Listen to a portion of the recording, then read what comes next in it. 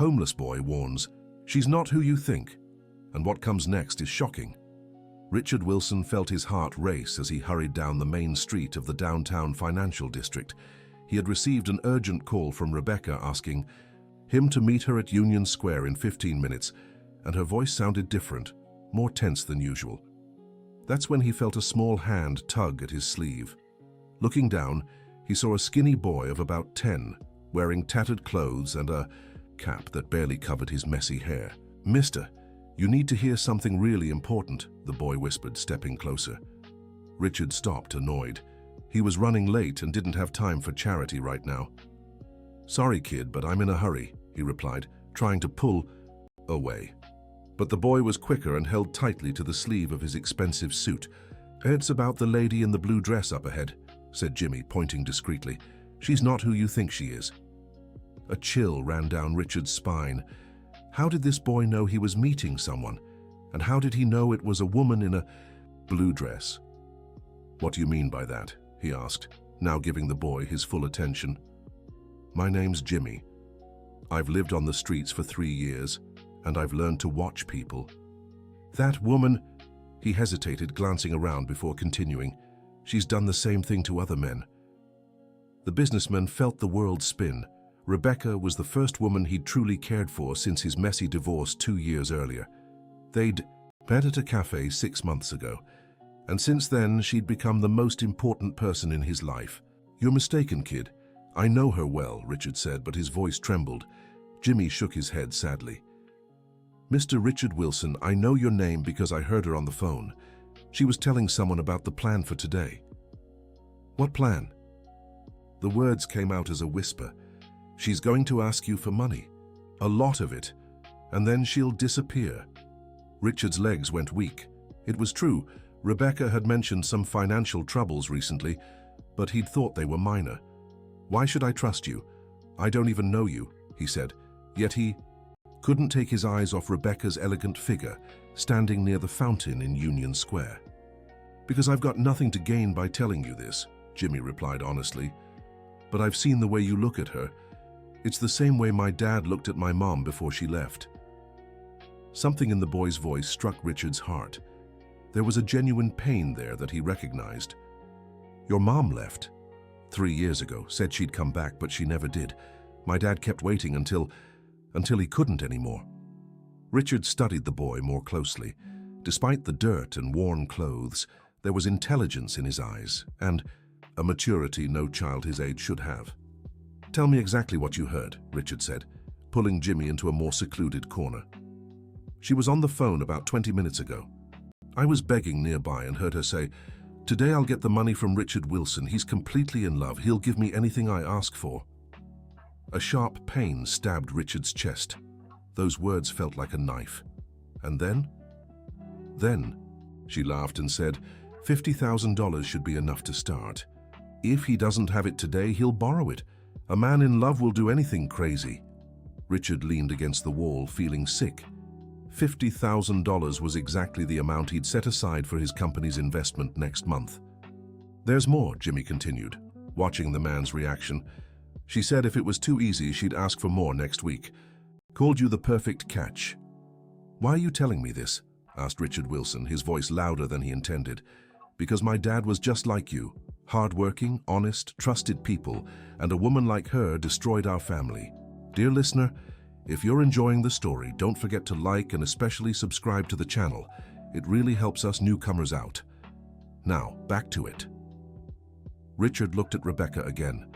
She was checking her phone and seemed impatient. For a moment he wanted to believe the boy was lying, that it was just a terrible coincidence. "Listen here, Jimmy," he said, crouching to the boy's level. "Are you absolutely sure about what you heard?" "Yes, sir. And there's something she doesn't know I saw." "What?" "She has a folder with papers hidden in her bag. Papers with photos and info about other men. You're not the first." Richard's heart raced. He remembered the questions Rebecca had asked about his work, his company, his investments. At the time, he thought it was genuine interest. "How many other men?" "I saw at least 5 different photos. All looked like important men like you."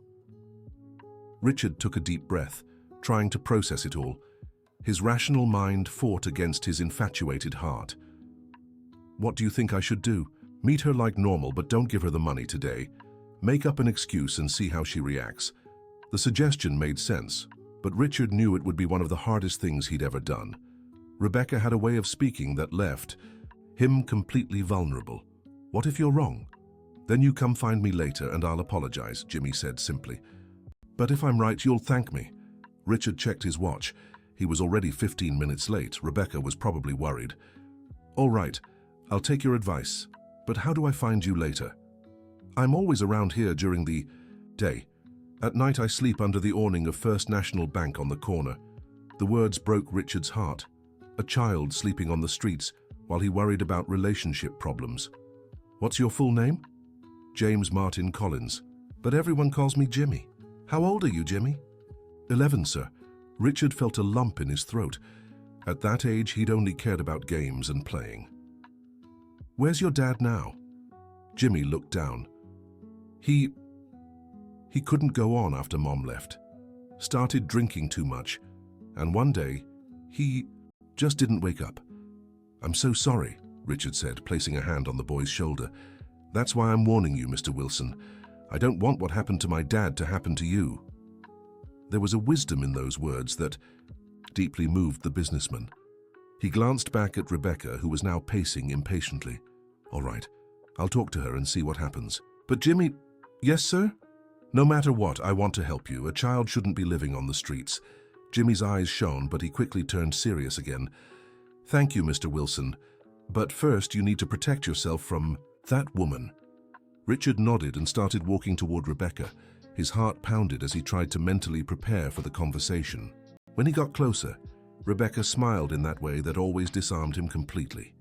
Honey, you're late. I was getting worried, she said, kissing his cheek. Sorry, sweetheart. Last-minute problem at the office. Richard lied, watching her reaction closely.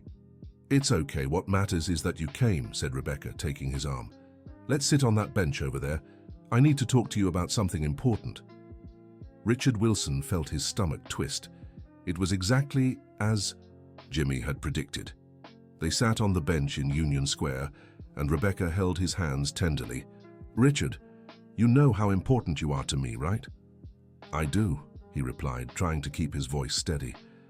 And you know I'd never ask you for anything unless it was absolutely necessary. Here it came. Richard braced himself mentally. Of course, Rebecca, what's going on? It's about my sister. She's dealing with a serious health issue and needs emergency surgery. The insurance won't cover it, and I need $50,000 by tomorrow. Exactly the amount Jimmy had mentioned. A chill ran down the businessman's spine. 50,000? That's a lot, he said, pretending to think. I know, sweetheart, and I hate having to ask you this, but you're the only person I trust who can help me. Richard studied Rebecca's expression. She seemed genuinely worried, but something in her eyes didn't match her words. What kind of surgery is it? Rebecca hesitated for a fraction of a second before answering. It's a heart problem. Very complicated. The doctors said she can't wait. Which hospital? Mercy General Hospital, she answered quickly. Richard knew that hospital well. His ex-wife had worked there for years before their divorce. What's your sister's name? I can call and offer help directly. No, her reply came out louder than she intended. I mean, she's very proud. She'd be humiliated if she knew I borrowed money from someone. The excuse sounded hollow to Richard. He glanced discreetly toward where he'd left Jimmy and saw the boy watching from afar, hidden behind a tree. Rebecca, are you sure there's no other way? I am, sweetheart. I've tried everything. You're my last hope, she said, squeezing his hands. Richard took a deep breath. Look, I want to help, but $50,000 isn't something I have just lying around at home today.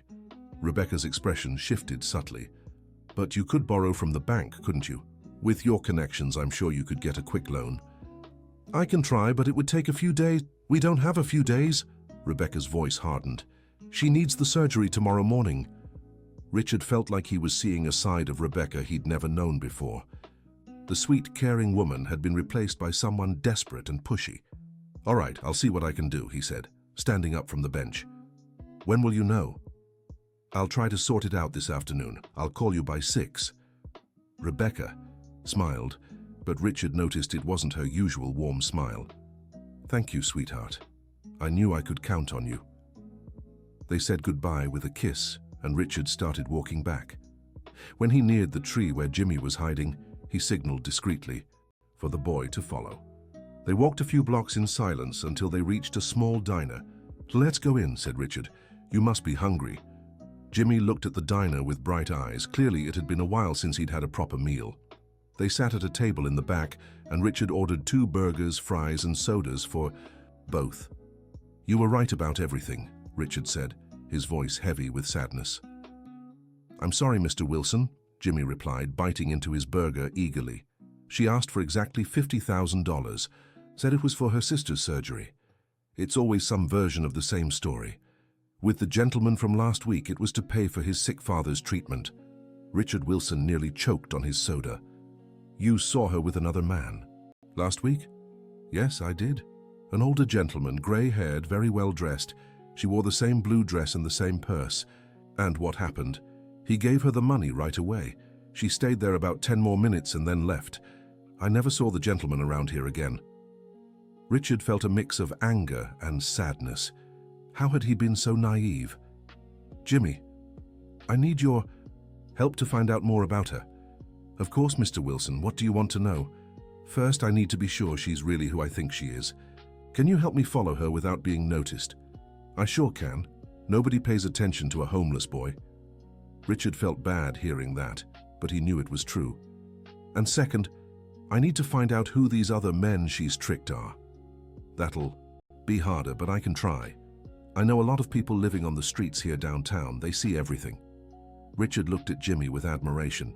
Despite his young age and tough situation, the boy had impressive intelligence and determination. "Why do you want to help me so much? You barely know me." Jimmy stopped eating and looked straight into Richard's eyes. "Because you're the first person in 3 years who's treated me like a human being. And because my dad was just like you. Hard-working. Honest. If I'd warned him about that woman, maybe he'd still be alive." The boy's words touched Richard deeply.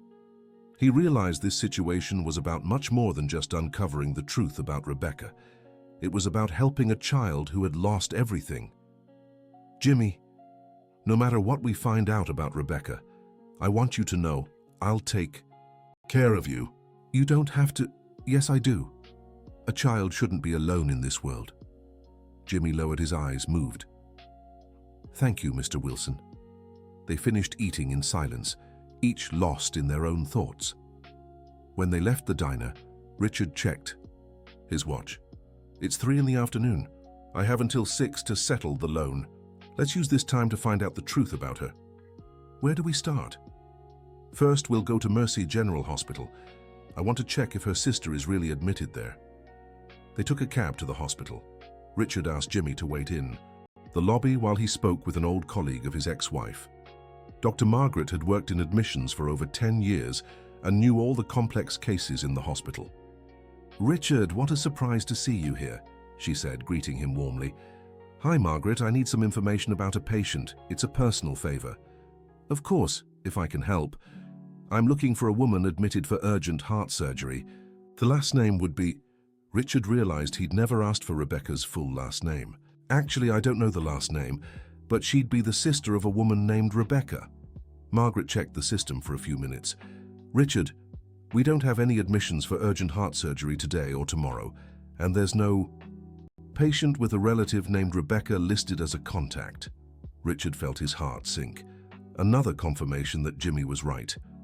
"Are you sure?" "Absolutely. I handle all admissions for heart surgeries myself. It's my specialty." "Thank you, Margaret. You've helped me a lot." When he returned to the lobby, Jimmy was sitting in a chair watching the hospital activity. "Well," the boy asked, standing up, "there's no sister admitted. It was all a lie, just like you said." Jimmy shook his head sadly. "Now, do you believe me?" "I completely believe you, and I'm very grateful you warned me." They left the hospital and walked through the streets of downtown. Richard Wilson was trying to process everything he had discovered about Rebecca. "Jimmy, you said there are other homeless boys who know this area. Do you think they've seen her with other men?" Definitely. Cassie and Big Mike know everyone who passes through here regularly. Where can we find them? They usually stay near the Greyhound station asking passengers for money. They walked to the station, which was about 10 blocks from the hospital. Along the way, Richard took the opportunity to learn more about Jimmy's story. How did you end up on the streets, Jimmy? After my dad, after he passed, there was no one left. My grandma had moved to another state, and I didn't know how to find her. Did you try seeking help anywhere? I tried going to Child Protective Services, but there was always a huge line and I got scared. Eventually, I figured out that on the streets, if you know how to get by, you can survive. Richard felt guilty living in a city where children had to survive alone on the streets. And how do you get by? I beg for money during the day, collect cans and cardboard to sell, sometimes help unload trucks at the market. The folks at Mr. Tony's Diner give me leftovers when they have extra. The simplicity with which Jimmy described his daily struggle to survive struck Richard.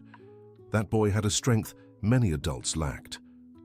When they reached the Greyhound station, Jimmy quickly spotted his friends near the ticket booth. There they... "Sars," he said, pointing to a girl around 12 years old and a boy who looked about 15. They approached the group.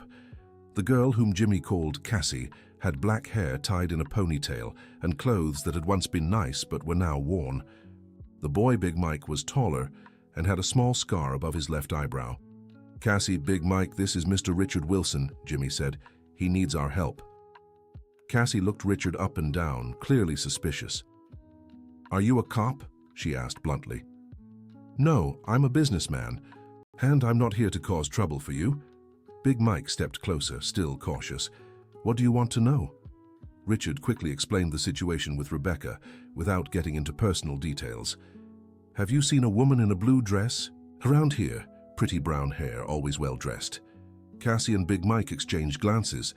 "The one who meets well-dressed men at Union Square?" Cassie asked. "That's the one. Yeah, we've seen her," Big Mike said. "And it's not new. She's been coming here for about 6 months, always with different men." Richard's stomach twisted. 6 months was exactly how long he had known Rebecca. "How many different men have you seen her with?"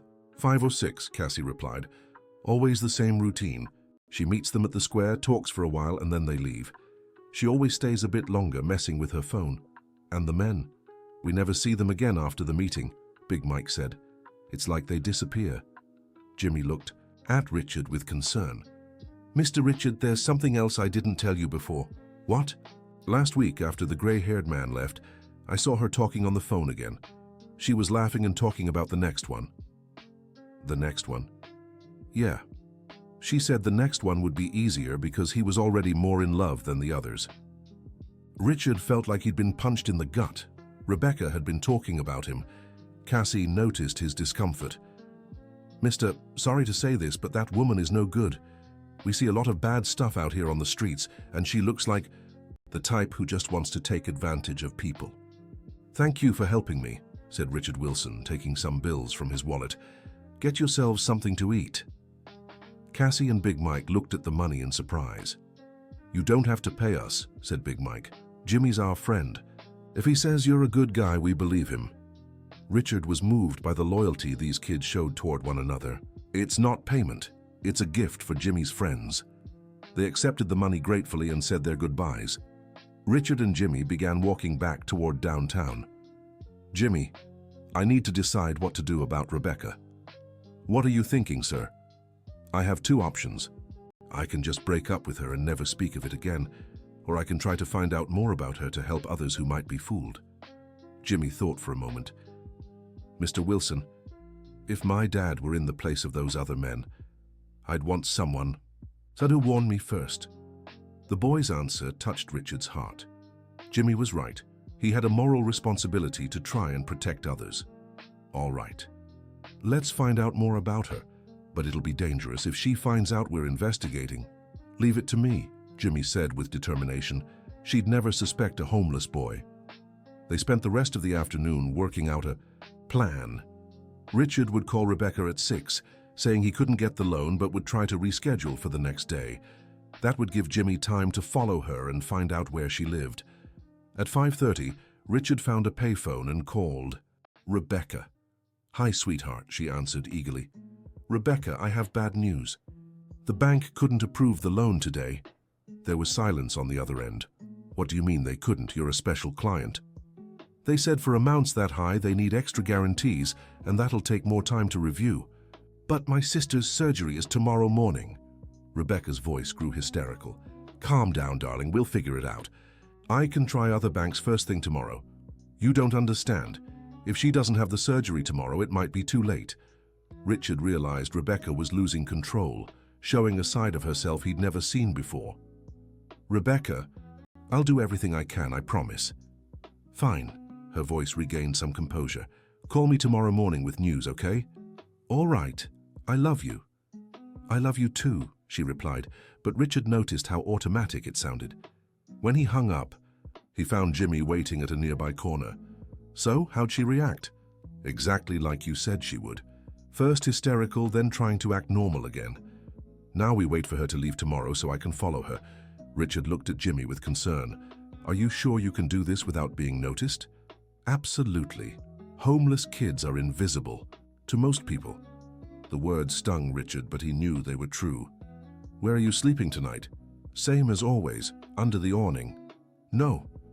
Tonight you're sleeping somewhere safe and warm."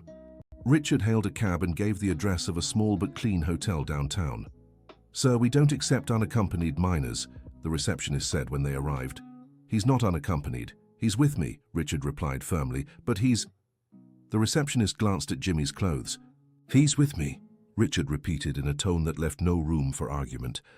The receptionist hesitated but finally handed over the room key. When they got to the room, Jimmy looked around in awe. "Mr. Wilson, I've never slept in a place like this." "Well, now you will, and tomorrow, after we uncover the truth about Rebecca, we'll talk about your future." "Guys, what kind of talk?" "About how you can have a better life. Education, a real home, opportunities." Jimmy's eyes filled with tears. "Why are you doing this for me?" Richard Wilson sat on the bed beside the boy.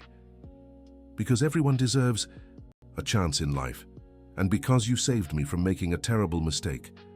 I just told the truth, and that's more valuable than you realize." They ordered room service and talked late into the night.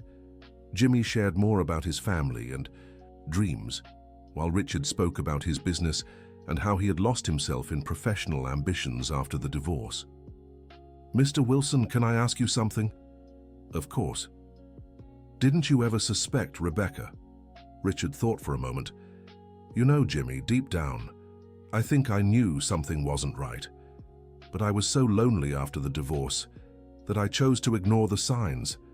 "What kind of signs?" "She never introduced me to friends or family, never invited me to her place, and whenever I asked about her past, she changed the subject."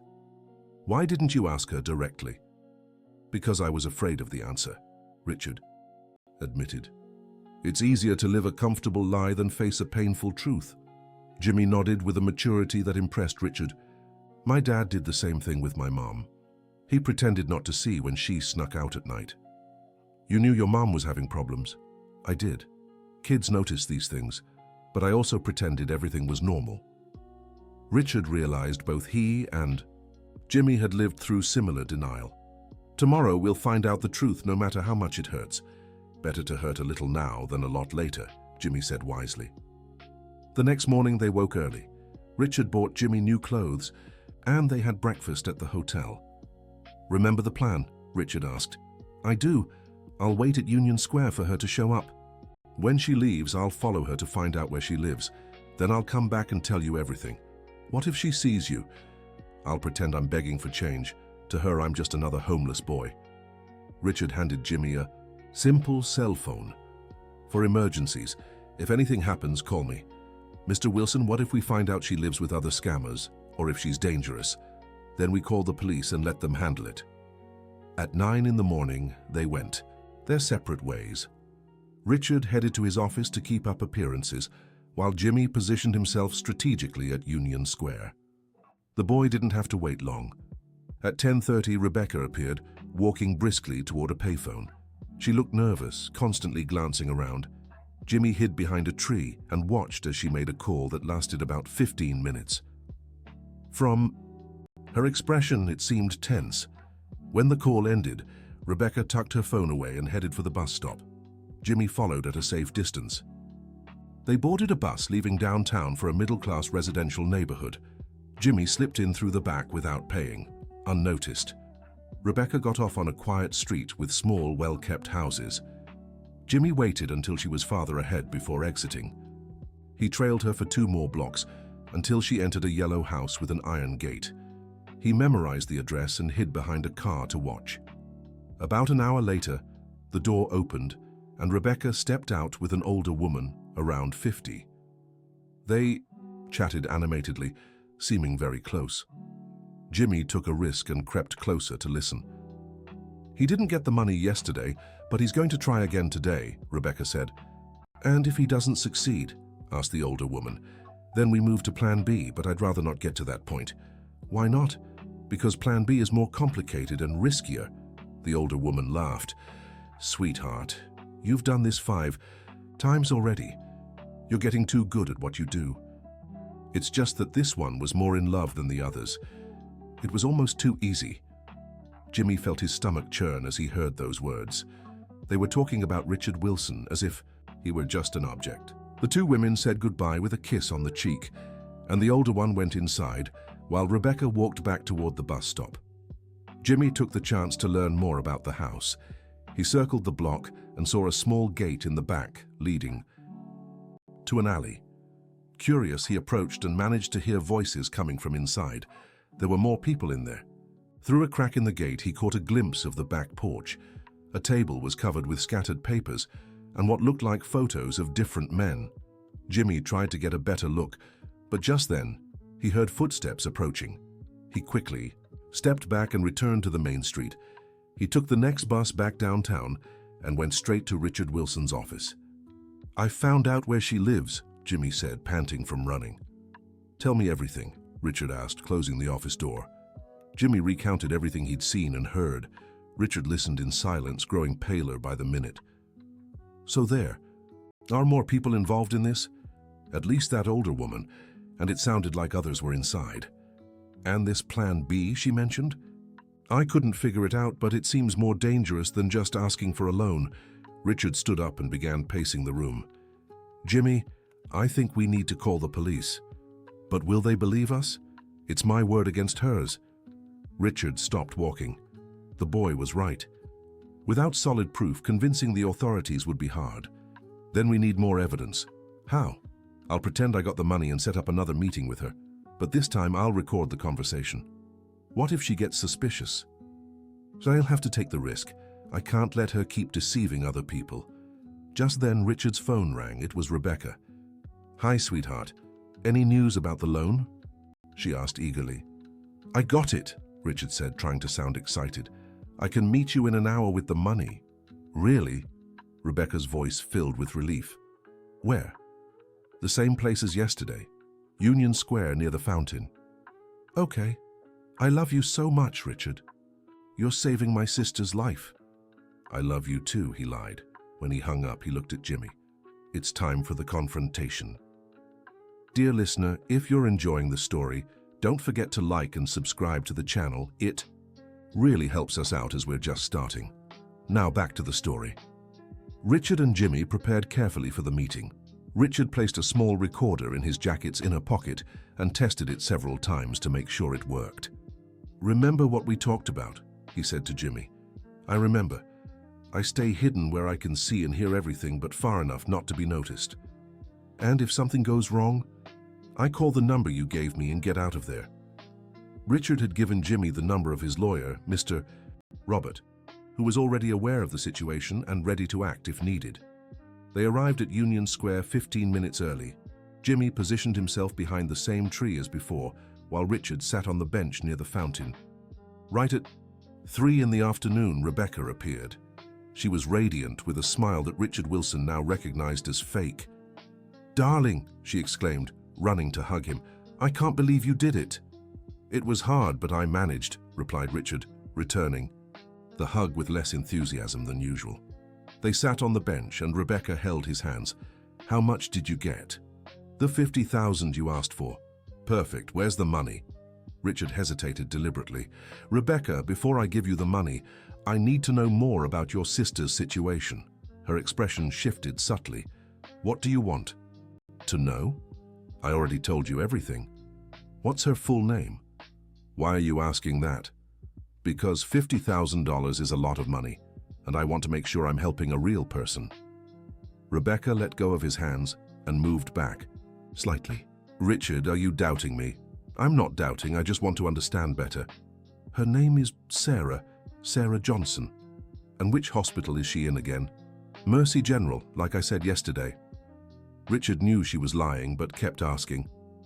Can I go with you to visit her after I give you the money? No, the reply came too quickly. I mean, she's in the ICU, they don't allow visitors. But didn't you say yesterday you were visiting her this morning? Rebecca grew visibly nervous. I got special permission as her sister. Then why can't I get the same permission as her brother-in-law? Richard, why all these questions? My sister is dying and you're interrogating me. Because I found out you lied about everything, Richard said calmly. Rebecca's face turned pale. What are you talking about? You don't have a sister. At Mercy General, I checked. Rebecca stood up quickly. How dare you investigate my life? How dare you lie about someone's life just to steal money? You're crazy. Rebecca, I know about the other men. She froze. What other men? The 5 or 6 men you tricked with the same scam over the last 6 months. Rebecca looked around as if searching for an escape. I don't know what you're talking about. I know about the grey-haired man last week. I know about the sick father story you made up for him. And I know about the older woman who lives with you. Rebecca's eyes widened. You followed. Me? Not me, but someone did. Someone who cares about protecting innocent people. Who? Richard glanced toward Jimmy, still hidden behind the tree. Someone you'd never notice. Someone invisible to people like you. Rebecca followed his gaze and for a moment seemed to see Jimmy, but then turned back to Richard. Look, Richard, I can explain everything. Then explain. Explain why you made up a story about a sick sister. Explain why you did the same to other men. Explain why you lied from day one. Rebecca sat back down but kept her distance. You wouldn't understand. Try me. She took a deep breath. I didn't choose this life. Circumstances forced me. What circumstances? My ex-husband left. Me with nothing. Took the house, the car, the savings. I was left on the streets with my sick mother to care for. Richard sensed part of her story might be true, but it didn't justify the scams. So you decided to trick innocent men. So I decided to survive the only way I could, she replied coldly.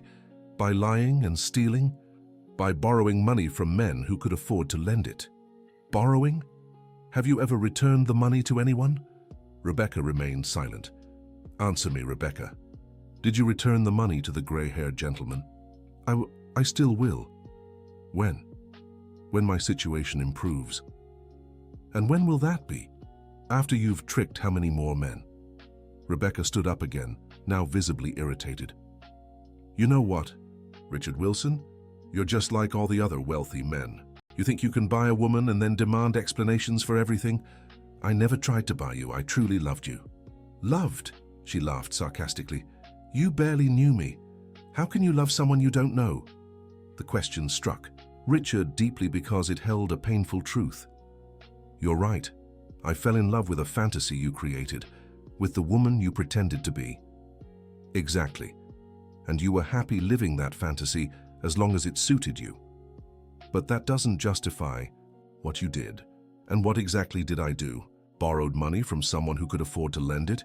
Where's the crime in that? Richard realized Rebecca was trying to manipulate the situation, playing the victim. The crime is in the lies, in making up false stories to manipulate people's feelings. You want to know what the real lie is? Rebecca said, stepping closer to him again.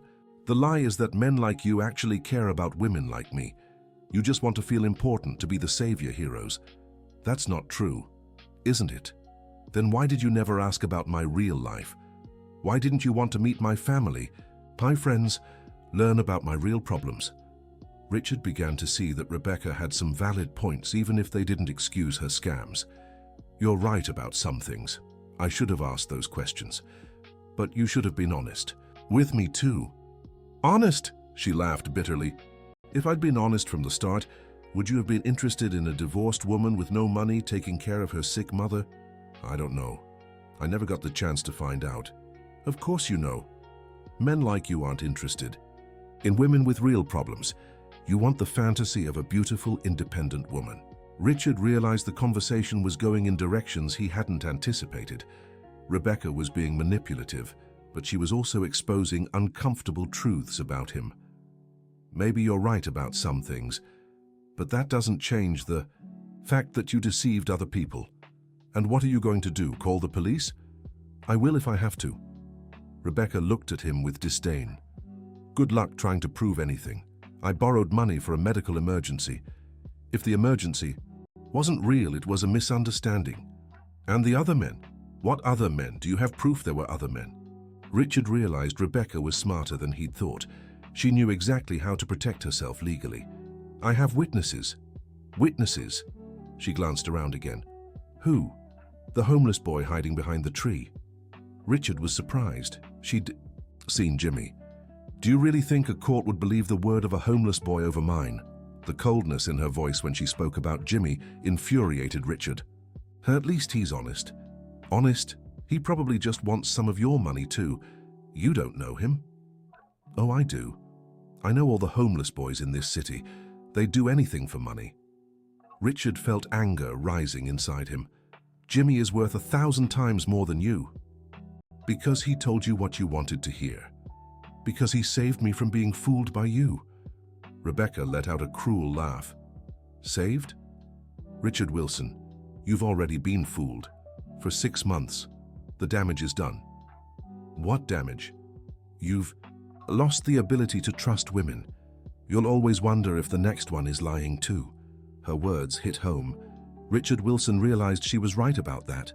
Maybe, but at least I won't lose any more money. Money? Rebecca stepped dangerously close to him. You really think this is about money? Isn't it? Of course not. This is about power, about control, about men who think they can buy real love. I never tried to buy your love. Didn't you? Then why were you willing to give $50,000 without question? Richard didn't know how to respond. Was it because you loved me or because you wanted to feel needed? The question left him speechless because it touched on a truth he didn't want to admit.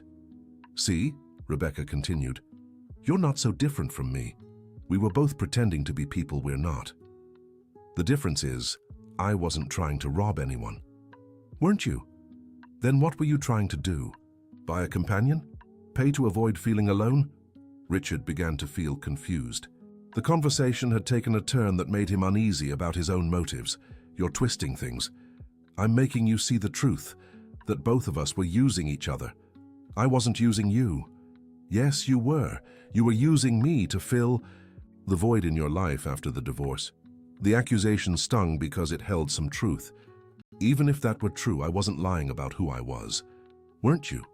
Did you really think I'd be interested in you if I knew you were a workaholic who can't hold a relationship? How do you know that? Because I researched you before. We met at the cafe. Richard felt like he'd been punched. You sought me out on purpose.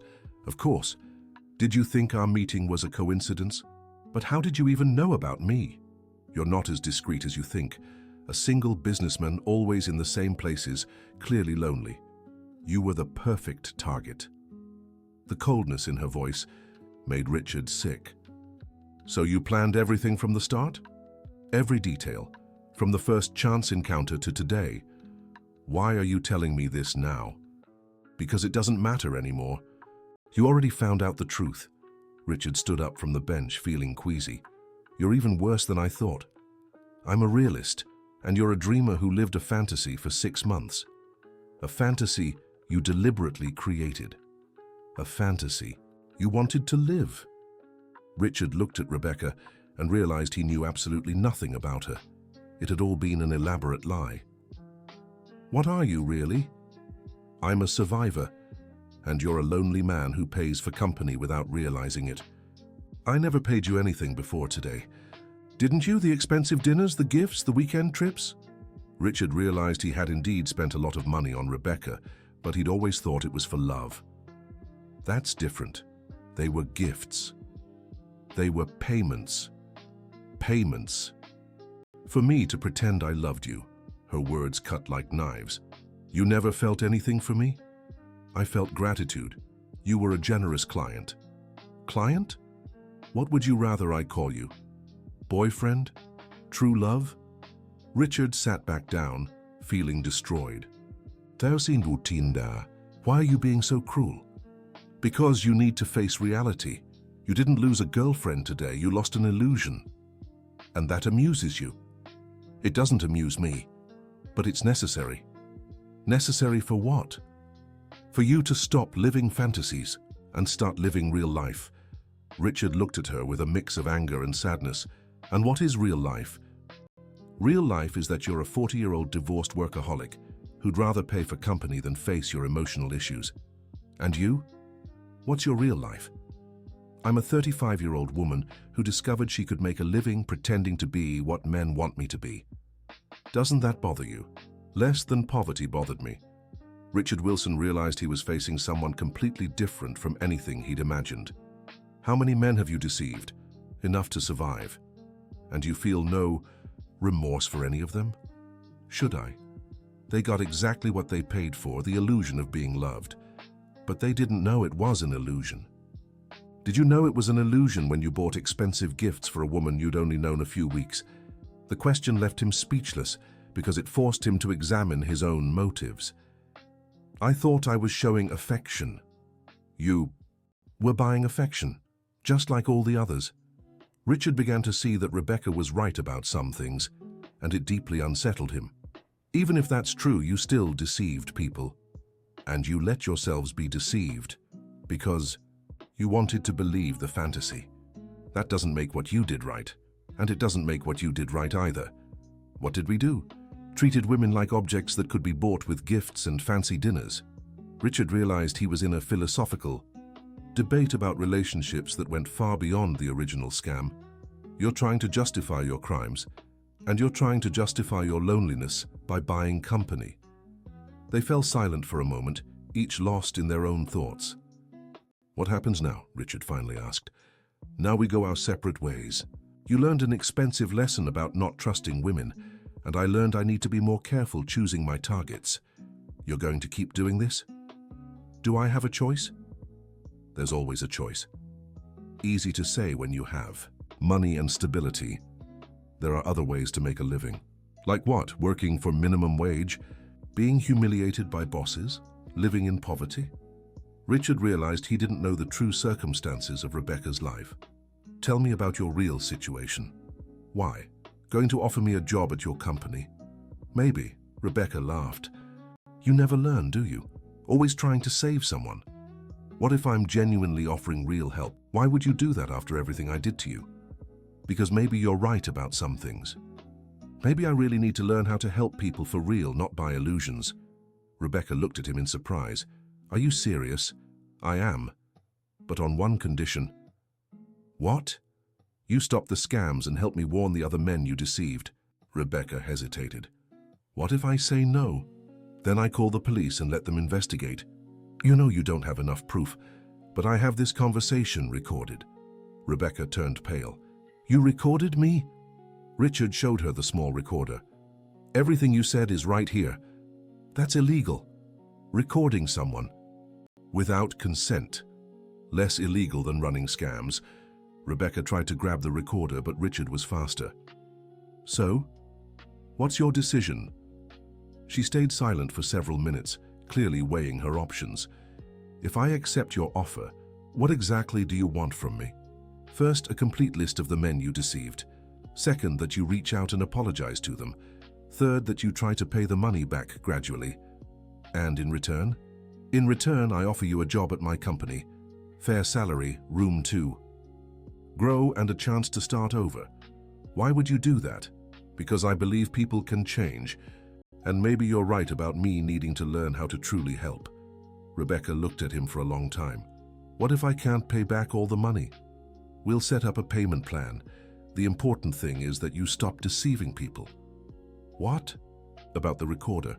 I'll keep it as collateral. If you honor our agreement, I'll destroy it. If you don't, I'll turn it over to the police. Rebecca let out a deep sigh. Do you really believe I can change? I believe anyone can change if given the right opportunity. What if I accept and then fail? Then at least you tried, and that's already a start. Jimmy, who had listened to the whole conversation from his hiding spot, was impressed by Richard Wilson's generosity, even after everything he'd discovered. Rebecca stayed silent for a few more minutes, clearly wrestling with herself. All right, she finally said. I accept your offer. Are you sure? I am. But I want you to know it won't be easy for me to completely change my life. I know. Real change never is. What if I disappoint you? Then at least we both tried to do the right thing. Rebecca nodded slowly. Where do we start?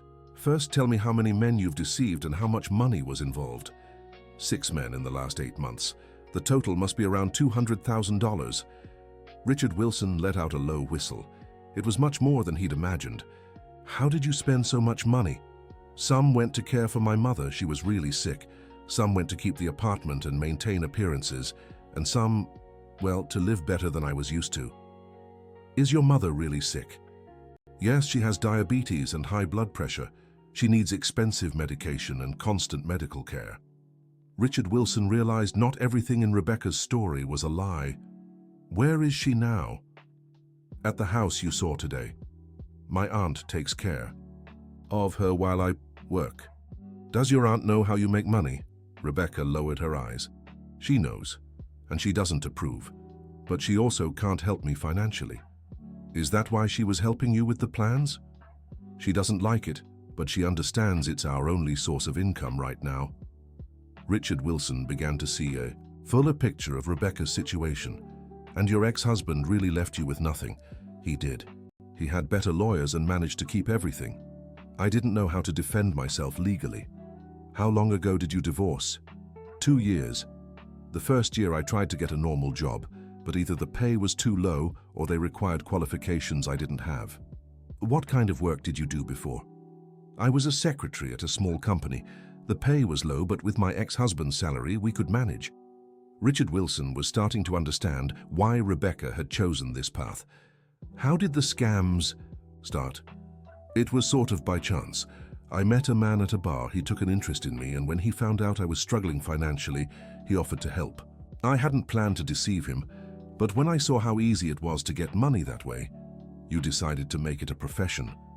It wasn't a conscious decision at first, but after a few times, I realized it was the only way to earn enough to care for my mother and maintain a decent standard of living.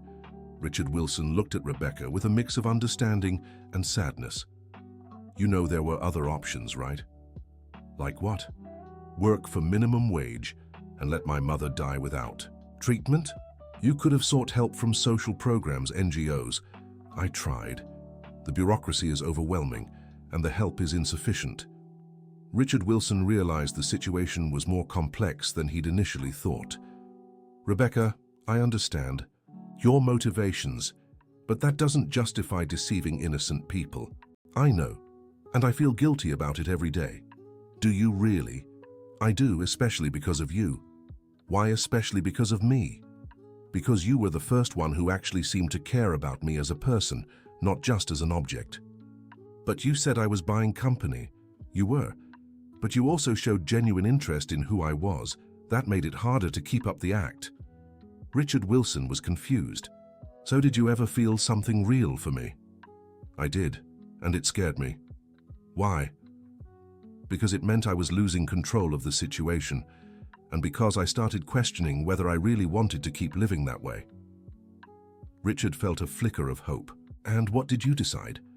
That it was safer to keep my distance emotionally. That's why I pushed harder to get the money and disappear. But now?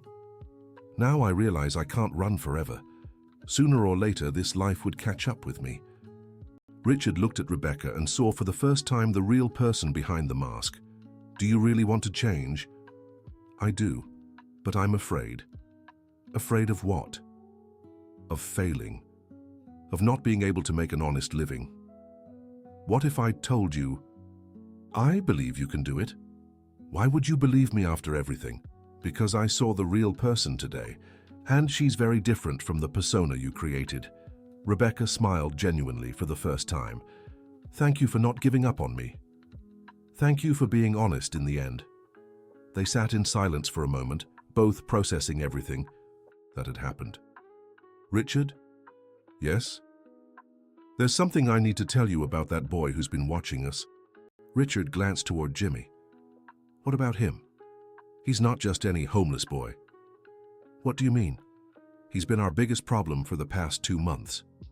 Problem how? He's been warning other men about me. You're the third one. He's tried to save. Richard was shocked. He's done this before? Yes, and he ruined at least 2 scams before yours. Why didn't you tell me sooner? Because I wasn't sure it was him until I saw you two together today. Richard looked at Jimmy with newfound respect. So he's been doing this for 2 months? At least. And always the same way. He watches, figures out the scheme and warns the victims. Why would he do that? I didn't know until today, but seeing how he looks at you, I think I understand. What do you mean? He's looking for a father figure, and you were the first one who actually paid attention to him. Richard looked at Jimmy again and realized Rebecca was probably right. So he helped me not just to protect me, but because he saw an opportunity in me. I think so. But that doesn't take away from what he did. On the contrary, it makes it even more special. Richard stood and motioned for Jimmy to come closer. The boy stepped out from behind the tree cautiously, clearly nervous about being caught. Hi, Jimmy, Richard said as he approached. Hi, Mr. Wilson, sorry for eavesdropping, but I wanted to make sure you were safe. No need to apologize. In fact, I want to thank you for something I just found out. For what? For protecting other people before me. Jimmy flushed. How did you know? Rebecca told me. She said you stopped other scams before. It's true, Jimmy admitted quietly. Why do you do it? Because it's wrong to trick people, and because I wish someone had protected my dad. The boy's honesty moved both Richard and Rebecca. Jimmy, Rebecca said, stepping closer, I'm sorry for all the awful things I said about you. It's okay, he replied simply. No, it's not okay. You were trying to protect innocent people and I was calling you a liar. You didn't know. Oh, I knew. I just didn't want to admit it.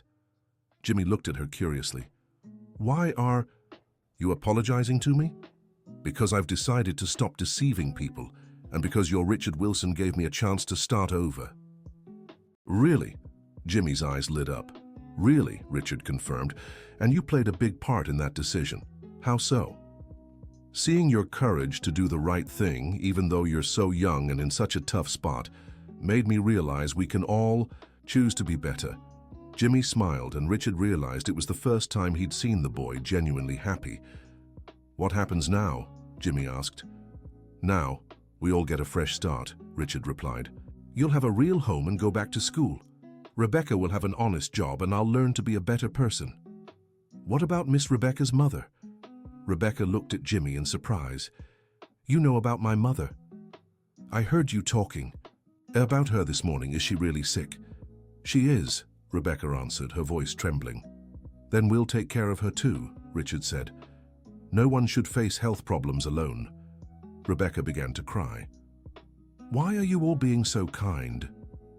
To me, after everything I've done? Because everyone deserves a second chance, Jimmy answered before Richard could speak. And because we've learned that judging people without understanding their circumstances helps no one, Richard added. The three of them stayed in Union Square for another hour, talking and planning how they'd rebuild their lives. Richard realized that day had fundamentally changed who he was. It wasn't just about uncovering a scam. It was about finding an unlikely family and learning that truly helping others was far more rewarding than living a fantasy. When they finally parted ways, Richard had 2 new purposes in life: to care for Jimmy like the son he never had, and to help Rebecca rebuild her life honestly. For the first time in years, he felt truly useful and happy. In the months that followed, Richard kept every promise he'd made. Jimmy moved in with him, returned to school, and discovered a natural talent for math. Rebecca started working at Richard's company as an administrative assistant and proved to be incredibly capable and dedicated. Together, they tracked down the men Rebecca had deceived. Some were furious and threatened lawsuits, but most were surprised by her honesty in seeking them out to apologize. 3 even offered to forgive the debt entirely. Rebecca's mother received the medical treatment she needed, and her health improved significantly. Rebecca's aunt was also hired by Richard's company as a cleaner, providing financial stability for the whole family. Most importantly, Richard found his life had gained a purpose he'd never known before. It wasn't about money or professional success anymore. It was about making a real difference in people's lives. Jimmy grew into a bright, responsible teenager, always willing to help other homeless boys he met. Rebecca became a confident, respected woman who used her past experiences to counsel other women in tough situations. And Richard learned that true love isn't something you buy or win. It's built through trust, respect, and mutual care. A year after that day in Union Square, the 3 of them were having dinner at Richard's house when Jimmy asked a question that made them all reflect on their journey. "Mr. Richard Wilson, do you regret meeting Mrs. Rebecca?" Richard looked at Rebecca, who was now not just his employee but one of the most important people in his life, and then at Jimmy, who had become the son he never knew he wanted. "No," he answered firmly, "because even though it started with lies, it led us to the most important truth of all." "What truth?" asked Jimmy. "That a real family is made up of people who choose to care for one another, not by blood or obligation." Rebecca smiled, wiping away a tear. "Thank you for giving me the chance to be part of this family." "Thank you for teaching me what truly matters in life," Richard replied. And so a story that began with deceit and lies became one of the most beautiful examples of how forgiveness, understanding, and love can completely transform people's lives. Jimmy never had to sleep on the streets again. Rebecca never had to lie to survive again. And Richard never felt alone again. They discovered that sometimes the most unlikely people can become the most important in our lives, and that true wealth isn't measured in money, but in the genuine connections we build with others. The end of the story. And what about you, dear listener? What did you think of this story of transformation and second chances? Do you believe Richard made the right decision by forgiving Rebecca and helping her start over? And what do you think about little Jimmy's courage? Share your thoughts on forgiveness, family, and new beginnings in the comments. Leave a like if this story touched your heart, and subscribe to the channel for more soul-stirring tales.